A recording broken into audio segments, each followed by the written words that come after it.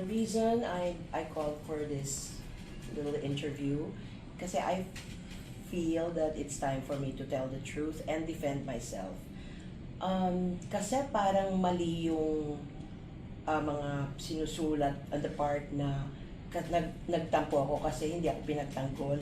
Nagmukha akong weakling. Bakit ko hinihintay na ipagtanggol ako ni Bea? Kaya ko naman ipagtanggol ang sarili ko. But you have to know why. Nung lumabas yung article na ako daw ang reason or culprit, whatever they call it, or the meddler, kaya kaya na-cancel yung wedding in Spain. Immediately when I saw it, I called Bea. I said, Bea, what's this? Tapos I don't know. And I said, we both know the truth, right? And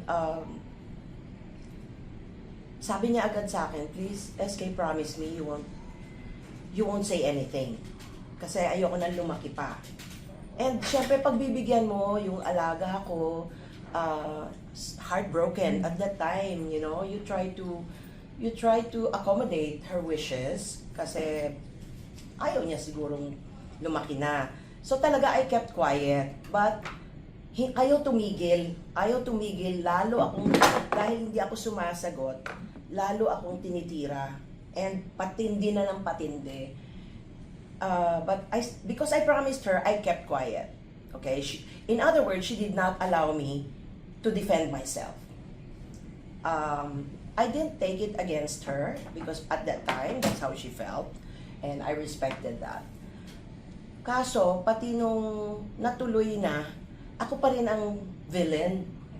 Parang, teka lang, why am I supposed to be the villain here? Wala naman akong ginawa. So, when I talked to Bea, well, the reason why they're making me a villain, just to let you know, in case you didn't hear it or read it, parang, finally natuloy din ang kasal kasi hindi na nakialam si Shirley Kwan. Parang ginawa ko rin akong kontrabida. Hindi ko na lang sinagot din. Kasi nga, ako naman, ang reason ko ngayon, kasi kinasal na eh, why would I rain on their parade? Let them be happy. Ayoko nga maging kontrabida. But anyways, I will just let you know,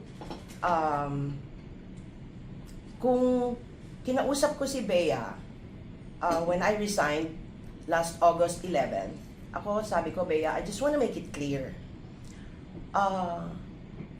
Malinaw naman tayo, di ba, na ako pa nagpa-cancel nung kasal nyo? Sabi, no, hindi. Sabi niya, okay, I'll go further pa. At any time, kahit pabiro, even in jest, did I tell you to cancel the wedding? Baka nakalimutan ko lang. Sabi niya, no, never. Okay, malinaw yan. Meron akong resibo. Kung gusto nyo malaman, I can prove na hindi ako kasali dyan. Okay? Ang tanong, yung mga nagpapalabas na kasalanan ko, ako'y nagpa-cancel, maglabas sila ng resibo. Kasi ako kaya ko maglabas. Alright, so for the details, you can ask me, lalabas na yung mga details, depende sa questions niyo. Okay. Okay. May I ask kung what was the reason why you and they are no longer talent manager? I mean, was it your decision, and what did she tell you when you confronted her about it? I confronted her about those two things. And then, over the phone na lang, kasi nagmamadali na ako. I couldn't wait to do a face-to-face because I was already ready to leave. The third trigger point that was the last straw was there was this event that that's my deal. I closed this event, I was talking to the client and preparing this event, and I was told by client that I'm disinvited. And I already know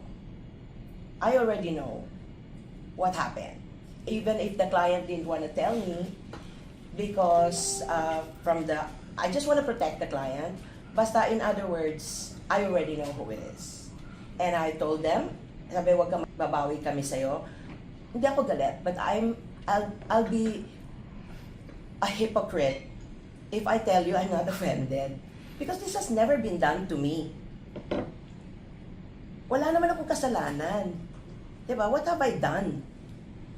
So, anyways, I sabi ko, don't worry, I'm not going. If that's your, that's your request. But that's very offensive, and that's not something I can accept. And I told Bea, that's the last straw. After I told her that, and she said, no, I didn't know about that. Hindi ko alam yan. Okay, now I'm telling you.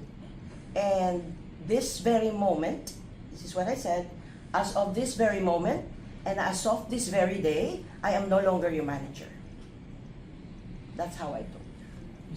When was this? August 11th. I was told I was disinvited August 10th. And the event was...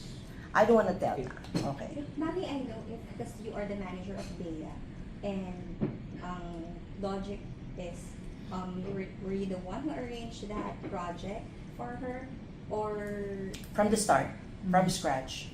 so how come you were disinvited from the event? Then it's just, let's just say clients were told. By, By... They won't tell me. But you know who? let's just do the math. But what did Bea say po? She said she doesn't know about it. After you told her na you're going to resign. That I'm going to resign.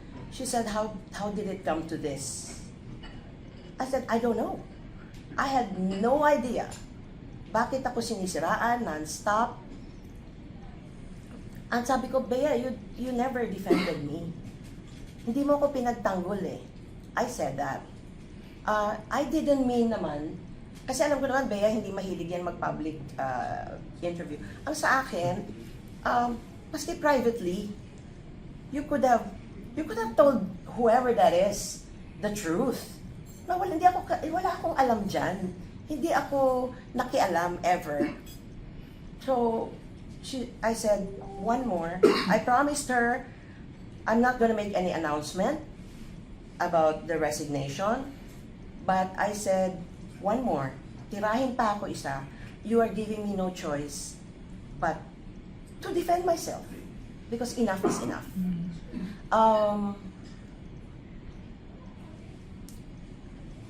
What else is it that you want? Mami, we know. So you said that you weren't supposed to speak about the resignation. So what was that last straw? Or That was, I was disinvited. I mean, Okay. Now, that was 11th. When did this, I kept quiet. yeah, you can. I kept my promise until it came out yesterday. Was it yesterday? I was like in the news everywhere. Until, because that last Friday, I got a call from a friend of mine. Ayoko na din mag-mention ng name. A friend of mine who's also a talent manager. And told me that she's friends with a certain individual, and this is unbelievable. And asked her, kaya mo bang awayin si SK? And she said, why? Wala namang sinabing masama si SK. Why should I? And kilala ko siya. Hindi na nga siya kumikibo. Hindi na nga siya nagsasalita. She's very quiet. But she ended up calling me and asked me. Sabi niya, tumatawag ako sa'yo because I want to know the truth. Oh, you want the truth? This is the truth. I told her everything. And that's it. And she confronted that person that she believes me. Mami, anything po ba sinabi si Bea to explain why is this happening? I mean, did you have... Immediately, I sent her a text. I said, this person called me and may gustong kinukuhang kaibigan ko na awayin daw ako. Why is this happening? I don't want to read it. I could read the text, but that's a private thing. But I did tell her na kasi tinawagan niya yung kaibigan ko at inuutos ko kung kaya. So I said, what's going on? Hindi ko alam eh. Bakit? 'Di ba? So, tama na. Enough is enough. I think, tsaka sa lahat, 'di ba, even when nakalagay balita kahapon, I resigned, people were under the impression of, pakilamera ka kasi ikaw nagpa-cancel ng wedding. No, I want to make it clear na hindi ako nagpa-cancel ng wedding. I told Bea, I reminded her, Bea, wala nga akong alam dyan sa wedding mo. Sa preparation, wala akong alam. And if I have a question, I even call your wedding coordinator. Because ayokong makialam sa private life mo. Ganun ako ka-respectful. Everything you know, like nung lumabas yung marriage bonds, I didn't know about it. May nagpadala na sa akin that morning. Then, wala ko alam. It's really when people know about it. But the problem is, every time may lumalabas sa, di ba, nung mag-boyfriend na sila, and there's always mga news or blind items and all that. Sinasabi niya na pinagbibintangan ako or kampo namin. So, alam ko na. I know how to avoid it na. Di ba? Wag na ako, quiet na ako. Dapat wala akong alam. Because I want a deniability. Kasi sobra na eh. Palagi na lang pag may lumalabas na balita, parang galing daw sa kampo namin. Eh wala na nga akong tinatanong, wala na nga akong alam. Lalo about the wedding, na ano ba yon? At mga nagtatanong kung suspend, sabi ko wala akong alam. And even if may alam ako, alam ko that's very a sore topic for them. So, who am I to confirm any of those? Alam nyo yan. Alam nyo lahat yan. Tinatanong nyo ako, may ni-reveal ba ako? No, kasi ayoko nga makialam. Kaya yung sinasabi nila na tutog ka ako dahil mawawalan ka ng cash cow.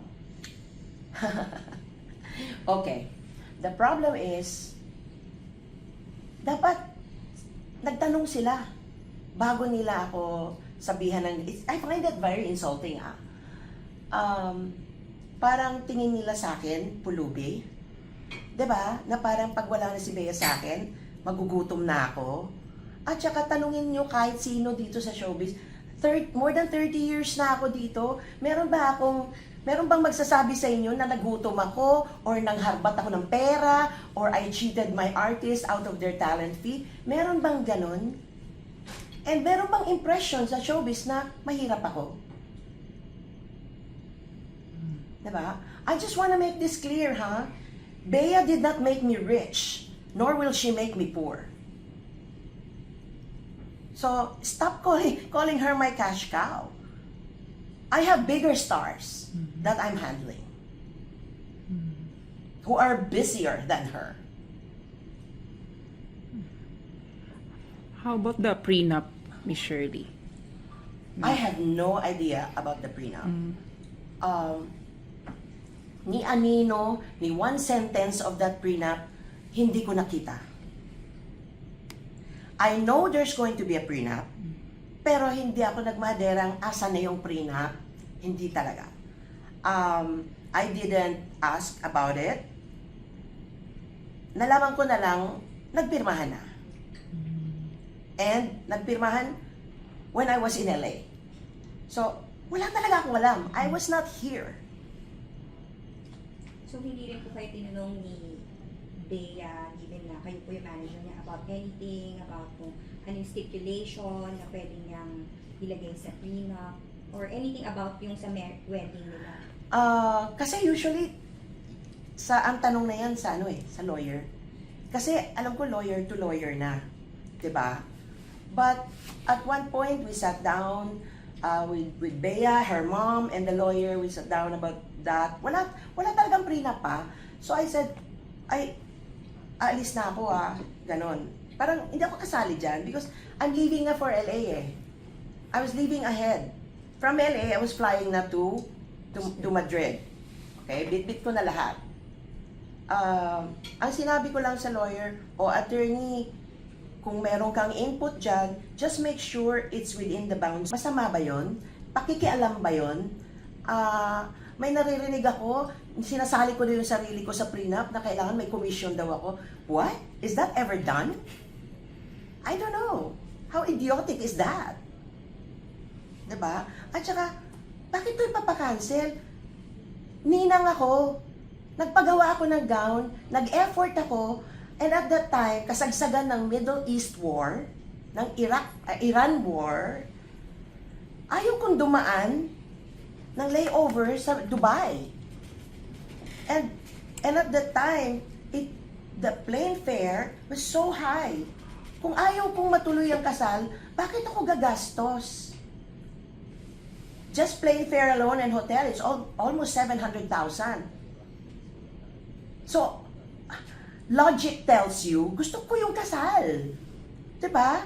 Bakit ako lumipad na ahead of time? Ang ginawa kong flight is from Manila to LA. Kasi from LA, I fly to Madrid. Ayoko talagang dumaan ng Middle East. So, ginawa ko, nagpa-schedule na ako ng mga doctors ko para may saysay naman yung pagdaan ko sa LA. So, all these things happened when I was in LA. Okay? Di ko alam anong nangyayari dito. One day, I received a text from her business partner, Bea Secosana. Okay? And she told me, I'll read it to you. Resibo ko to. Kaya kayo, na pinagbibintangan ako, maglabas kayo ng resibo, okay?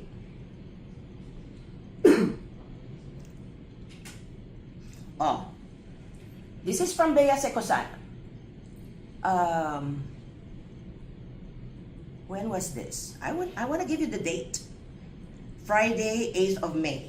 I don't know if this is the date in LA or the date here. Hindi ko na alam, nag-change ba yung date. Anyway. Hi, Tita. Bea asked for a favor if you can message her guests and Amanda, the wedding coordinator, na din daw po. This is what she wants to say. She composed the whole message. Okay? To send to the guests. Her guests. Bea herself Bea or her lang. friend? Bea herself. She told Bea Secosana to send it to me. Again, Bea Secosana said, Hi, Tita.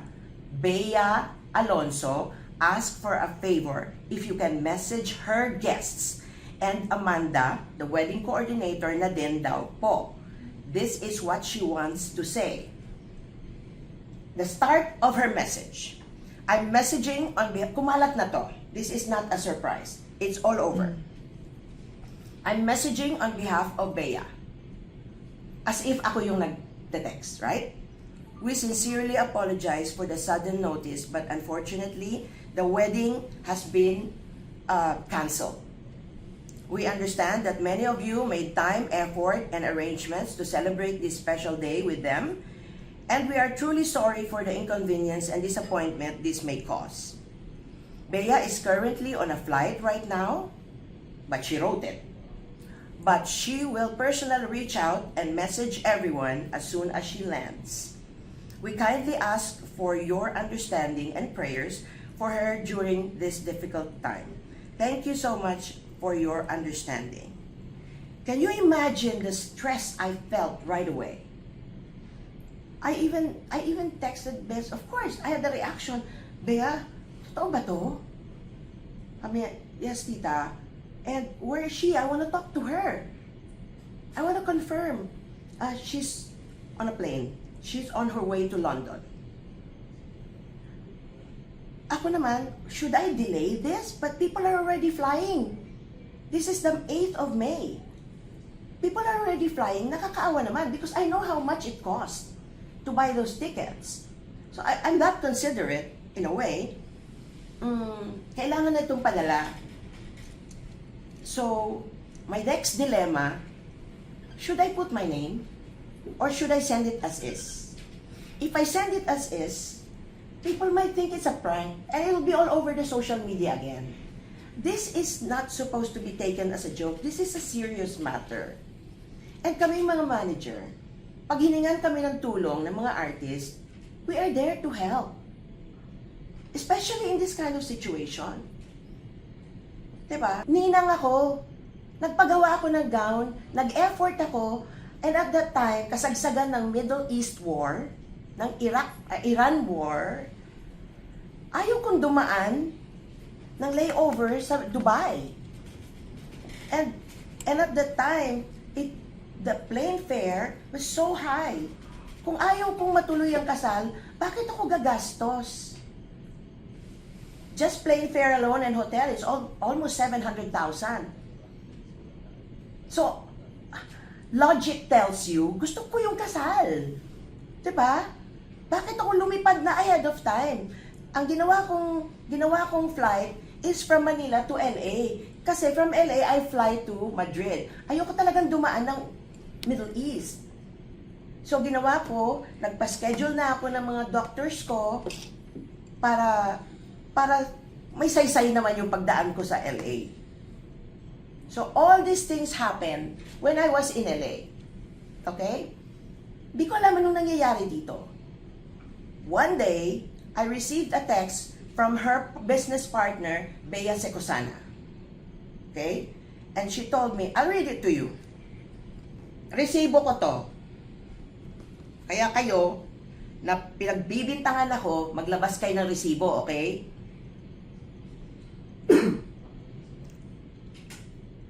Oh, this is from Bea Secosana. When was this? I want to give you the date. Friday, 8th of May. I don't know if this is the date in LA or the date here. Hindi ko na alam, nag-change ba yung date. Anyway, hi tita, Bea asked for a favor if you can message her guests and Amanda, the wedding coordinator, na din daw po. This is what she wants to say. She composed the whole message, okay, to send to the guests, her guests. Bea herself Bea or her herself. friend? Bea herself. She told Bea Secosana to send it to me. Again, Bea Secosana said, hi tita, Bea Alonso asked for a favor if you can message her guests and Amanda, the wedding coordinator na din daw po. This is what she wants to say. The start of her message. I'm messaging on behalf, kumalat na to. This is not a surprise. It's all over. I'm messaging on behalf of Bea. As if ako yung nag-text, right? We sincerely apologize for the sudden notice, but unfortunately, the wedding has been canceled. We understand that many of you made time, effort, and arrangements to celebrate this special day with them, and we are truly sorry for the inconvenience and disappointment this may cause. Bea is currently on a flight right now, but she wrote it. But she will personally reach out and message everyone as soon as she lands. We kindly ask for your understanding and prayers for her during this difficult time. Thank you so much for your understanding. Can you imagine the stress I felt right away? I even texted Bess. Of course, I had the reaction, Bea, totoo ba to? I mean, yes, tita. And where is she? I want to talk to her. I want to confirm. She's on a plane. She's on her way to London. Ako naman, should I delay this? But people are already flying. This is the 8th of May. People are already flying. Nakakaawa naman because I know how much it costs to buy those tickets. So I'm that considerate in a way. Kailangan na itong padala. So, my next dilemma, should I put my name? Or should I send it as is? If I send it as is, people might think it's a prank and it'll be all over the social media again. This is not supposed to be taken as a joke. This is a serious matter. And kami mga manager, pag hiningan kami ng tulong ng mga artist, we are there to help. Especially in this kind of situation. So what do you expect me to do? Masyado na akong siniraan. At gusto pa akong ipaaway. And even then, yung sinisiraan ako, I promised Bea, I was not gonna say anything. But last Friday was too much. I think that's a bit too much. And I told Bea, may text ako, Bea, nag-resign na ako. Hindi pa ba kayo masaya? Ano pa bang gusto nyo?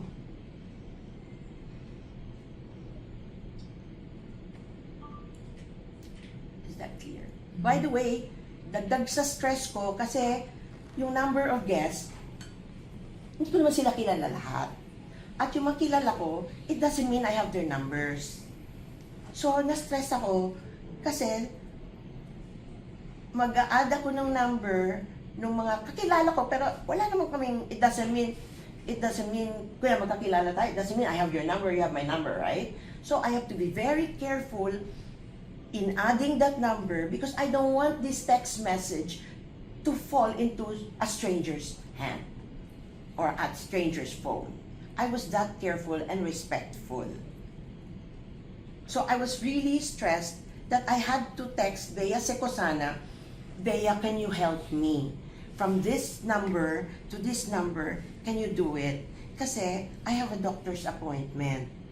I have to go to my doctor. And sabi ko, yung mga glam team, na humingi na rin ako ng tulong sa handler ni Bea na si Nina Ferrer. Nanghingi ako ng tulong hindi lang ako nagpadala niyan. Pero yung sa akin, I don't know how they did it. Yung sa akin, I identified myself to protect Bea. Kasi ayokong mabastos to. This is something very serious. Sad. Very sad. So, sabi ko pa nga kay Bea Secosana, I'm trying to make an appointment for a bone density test. Nahihirapan ako mag-appointment. Can you just take over first, please? Kasi ang hinahabol ko naman, yung mga aalis na, lilipad na. Do I want this? Do I need this stress? Sabi ko, I don't want to get stressed and go to my doctor. Do I need this? I did that for her. Pero ano nangyari? Ako pa rin na may kasalanan. So I told her, when I was resigning, Bea, the cancellation of your wedding is between the two of you. Bakit ang accountability sa akin? Why am I being held as the person who's accountable? I don't know. Did I do something wrong? Mapapel ba ako na ako nagpadala nito? Did I want this? No.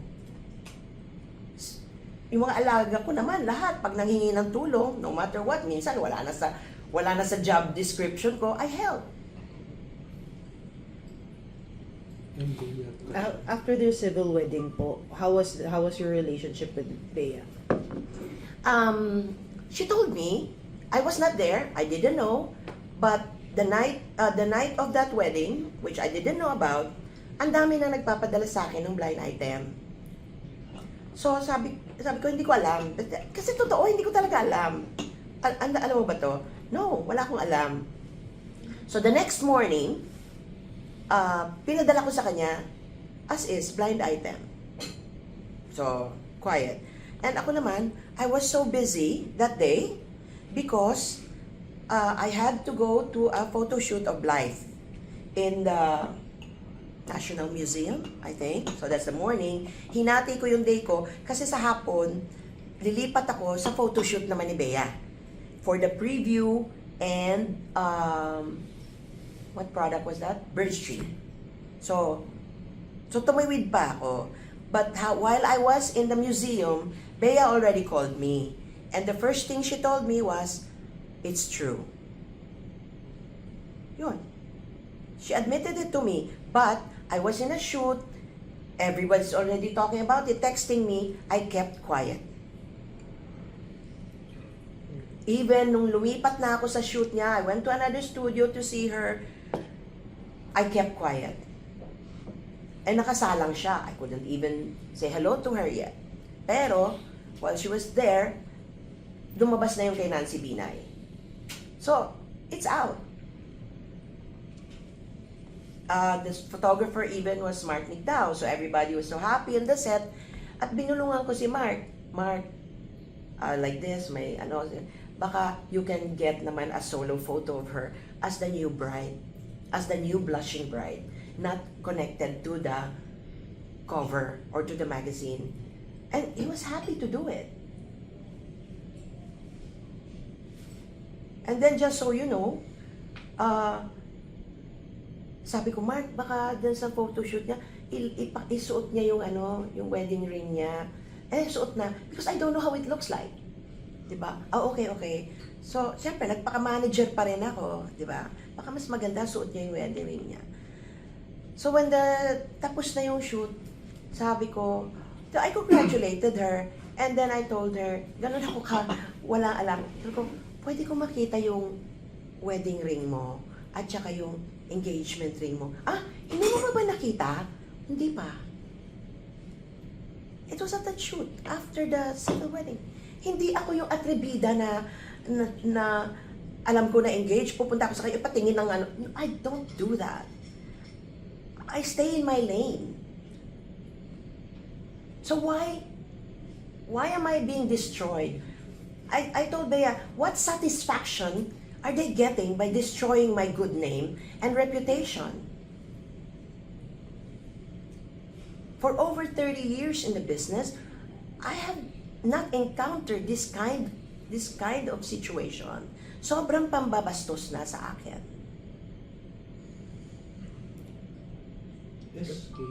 Question. Tingnan na nabanggit mo na may talent manager na tumawag sa iyo na gusto kang ipaaway. Sa tingin mo, bakit parang sobrang galit sa ibang tao para utusan yung ibang tao na awayin ka? Hindi ko nga alam eh. Well, she mentioned kung sino, but I'm not gonna mention na lang. But up to now, hindi ko alam. Ano ba kasalanan ko? Ano nagawa kong kasalanan? Maybe iba siyang alam na may ginawa ako. So, why not confront me? Could it be na may ibang impormasyon pinaparating sa kanya na hindi totoo, na against you? That could be possible. Kasi, if you hear my truth, then probably he's hearing a lie.